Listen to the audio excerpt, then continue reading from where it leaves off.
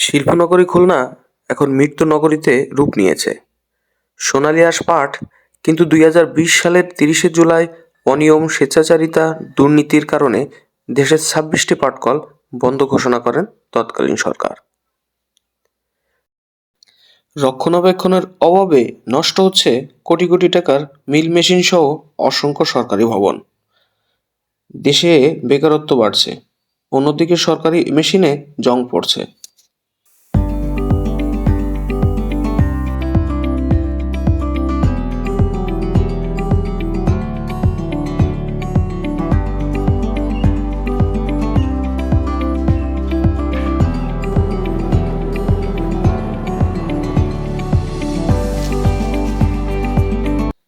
বাংলাদেশের ২৬টি পাটকলের মধ্যে রয়েছে খুলনা নগরীতে ৯টি। খুলনাবাসীর দাবি, পাটকলগুলোর সংস্কার করে উৎপাদনে ফিরে যেতে হবে।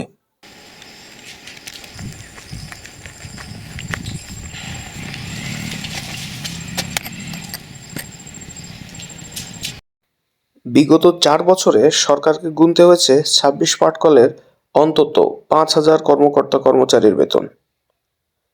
কর্মকর্তাদের আবাসনের জন্য রাখা হয়েছে বিশাল বিশাল বাংলো বাড়ি।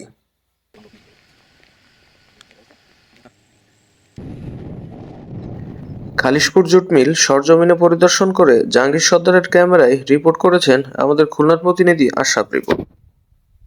দর্শক, এতক্ষণ আপনারা দেখছিলেন যে কোটি কোটি টাকার মিলগুলো কিভাবে দায়িত্ব জ্ঞানহীনতার অভাবে একেবারেই নষ্ট হওয়ার উপক্রম হয়েছে।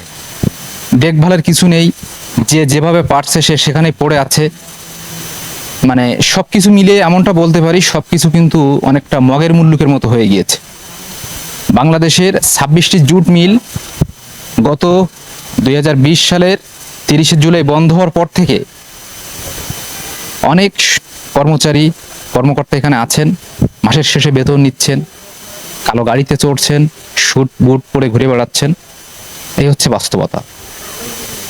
সত্য কথা বলতে, আমরা একটি গরিব বান্ধব রাষ্ট্র চাই, যে রাষ্ট্রে গরিবের অধিকার প্রতিষ্ঠিত হবে, দেশের মানুষের মুখে অন্ন জুটবে,